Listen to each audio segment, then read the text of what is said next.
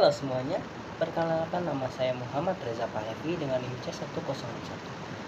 Sudah tidak terasa, ini adalah suatu pembuatan video yang terakhir yang akan aku lakukan untuk mengisi sesi UTS Praktikum Fisiologi Reproduksi pada kali ini.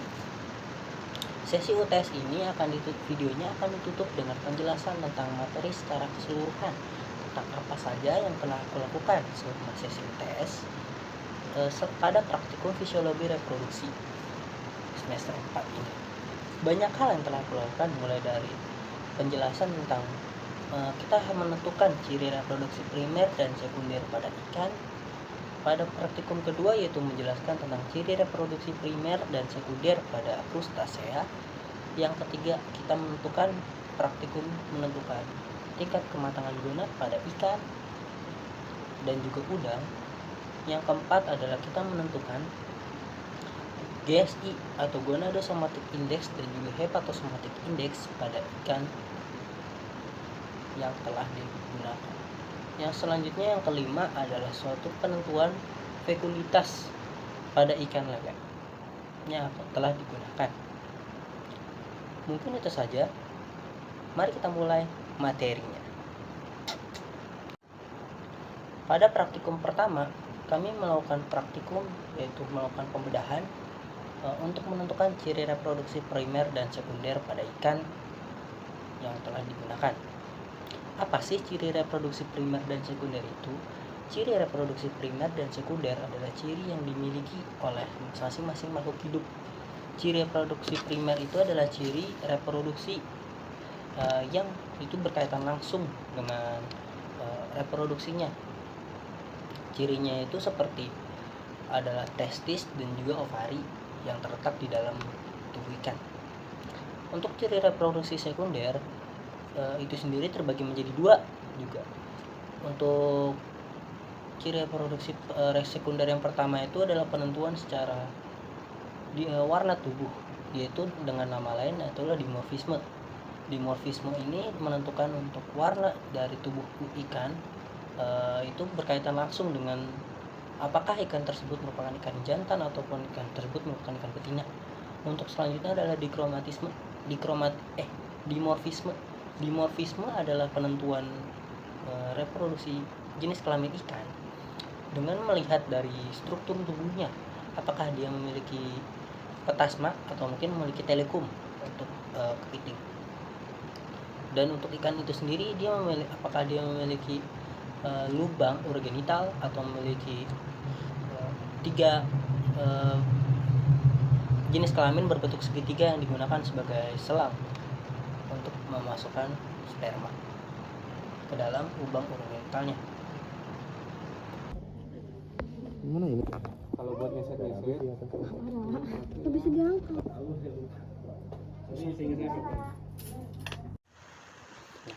Proses untuk melakukan perapian itu dilakukan karena keterbatasan waktu. Dalam video ini akan dicantumkan hanya untuk ikan tertentu saja, ikan mas saja. Pada minggu kedua kami melakukan pencarian untuk menemukan ciri reproduksi dari krustasea. Krustasea yang kami gunakan adalah udang faname, udang biru dan juga udang bakar. Untuk udang biru sendiri yaitu apabila di jantan, ciri reproduksi primernya itu dia memiliki vas deferens dan juga ada testis yang berwarna bening. Dia juga memiliki appendix maskulina. Testisnya itu berada di cabang samping antara vas deferens ini.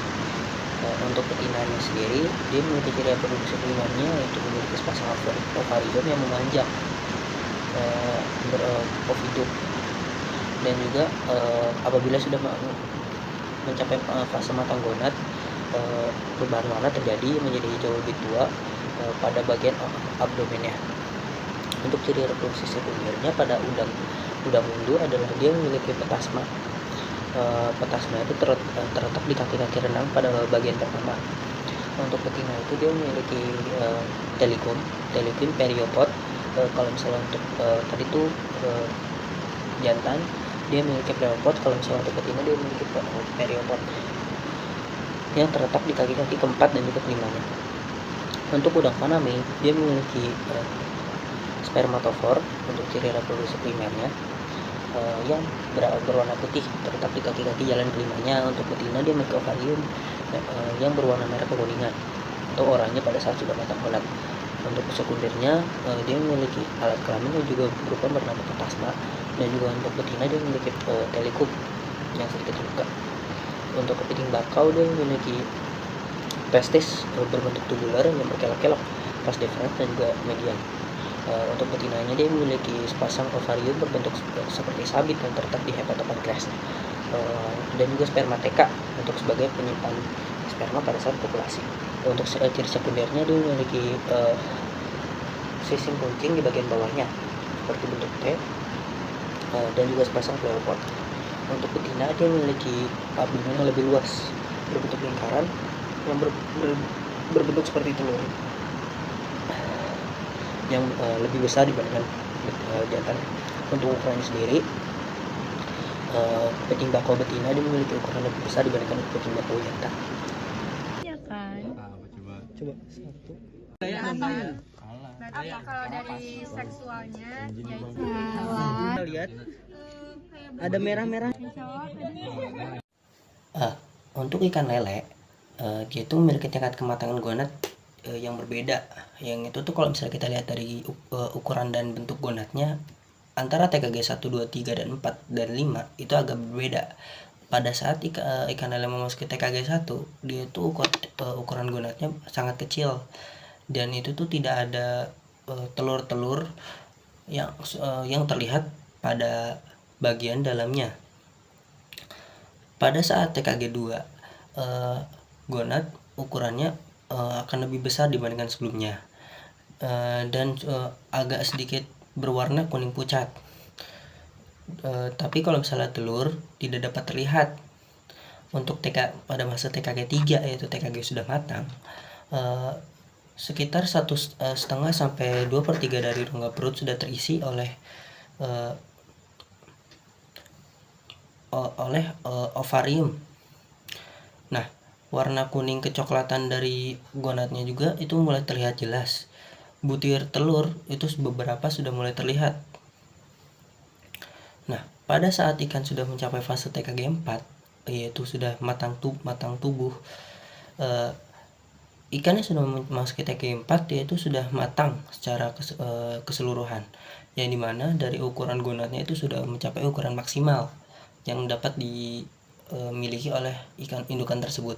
Dan juga untuk telur-telurnya itu sudah terlihat jelas keberadaannya apabila kita melihat menggunakan mata telanjang tanpa menggunakan mikroskop. Pada saat ikan sudah mencapai TKG 5, ukuran gonadnya justru akan semakin mengecil, karena pada saat ikan mencapai TKG 5, telur-telur sudah mulai dikeluarkan dari dari gonadnya ke luar dari gonad, yang menyisakan bergantung dari sifat ikan tersebut, apakah dia merupakan partial spawner atau bed spawner atau total spawner. Kalau misalnya untuk lele sendiri total spawner, jadi apabila dia sudah mencapai TKG 5, pengamatan tingkat kematangan gonad pada ikan tidak hanya dapat dilakukan dengan cara melihat dari gonadnya. Kita juga bisa melihat TKG itu berdasarkan TKG berapa dari ukuran telurnya. Apabila ukuran telur yang digunakan pada saat praktikum itu, kita mengambilnya dari menggunakan kateter, dan kita menentukan nih apakah dari ukuran telur ini sudah ukuran telur matang atau tidak. Dan ukuran telur mungkin TKG yang belum cukup matang atau mungkin TKG 3, dia itu pada saat kita mengambil telur, yang terambil bukan hanya telurnya saja, tapi ada darah-darah yang itu mengindikasikan kalau misalnya ikan tersebut belum mencapai TKG 4 atau mungkin belum siap untuk melakukan pembuahan ovulasi.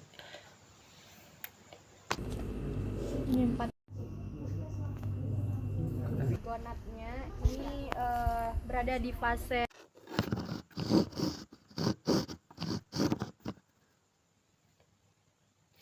Pada minggu keempat, kita melakukan pengujian dengan berjudul GSI, HSI, dan GSI itu apa? GSI itu adalah Gonadosomatic Index, yang dimana itu fungsinya untuk mengatur mengukur bobot gonad dari ikan dibandingkan dengan bobot tubuh ikan itu sendiri.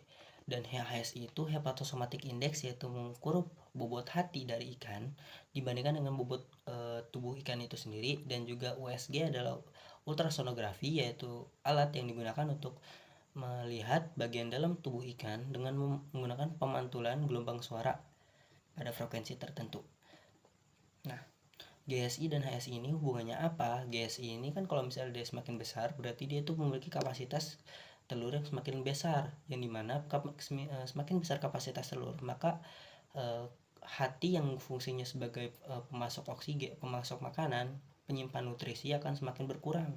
Jadi GSI-nya akan naik dan HSI-nya akan turun. Pada ikan lele, dia itu memiliki GSI yang sebaiknya itu di atas 20%, karena dia itu merupakan ikan yang berjenis total spawner, yang dimana apabila dia akan mengeluarkan sel telur, maka dia akan mengeluarkan sel telur secara keseluruhan. Metode-metode yang dilakukan untuk menguji GSI, HSI, dan USG, pertama-tama dimulai dari mengukur USG terlebih dahulu untuk menentukan berapa sih panjang dari panjang gonad ikan, ukuran gonad ikan berdasarkan USG, dan akan diverifikasi pada saat melakukan pembedahan. Setelah dilakukan USG, maka dilakukan pembedahan, yaitu pertama-tama ikan ditimbang terlebih dahulu dari bobot totalnya, dan kemudian dari ikan tersebut akan dibedah dan diambil dari gonadnya. Setelah diambil gonadnya, maka gonad tersebut akan dipindahkan ke timbangan untuk diukur berapa bobot gonad pada ikan, dan kemudian akan dibandingkan dengan gonad bobot tubuh ikannya itu sendiri. Setelah menimbang bobot gonad, maka kemudian akan mengambil dari hati ikan itu. Setelah hati dari ikan tersebut diambil, maka hati tersebut juga akan ditimbang dan akan dibandingkan dengan bobot total ikan itu menggunakan timbangan. Setelah untuk gonad, setelah dilakukan penimbangan, gonad tersebut akan disimpan pada alkohol untuk dilakukan pengujian pada minggu selanjutnya, yaitu menggunakan pengukuran fekunditas.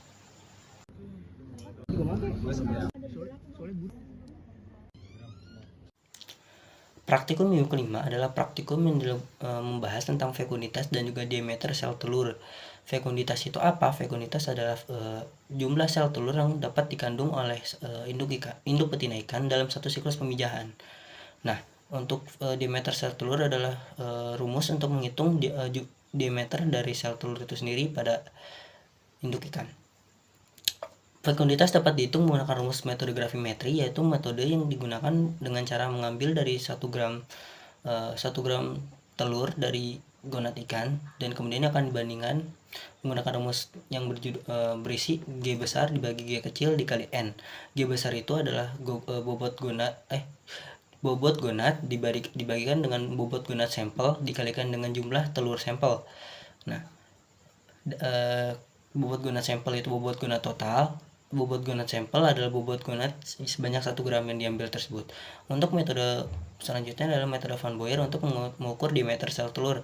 Diameter sel telur digunakan untuk mengukur menggunakan rumus akar D besar dikali D kecil. Nah, D besar itu apa? D besar adalah diameter sel telur terbesar, dan juga dikalikan dengan diameter sel telur T kecil. Diameter itu dapat dari mana? Diameter dapat dari ukuran menggunakan rumus setengah mayor aksis dikalikan dengan mayor minornya. Mayor dan minor kemudian akan dihitung sehingga didapatkan dari diameter sel telurnya.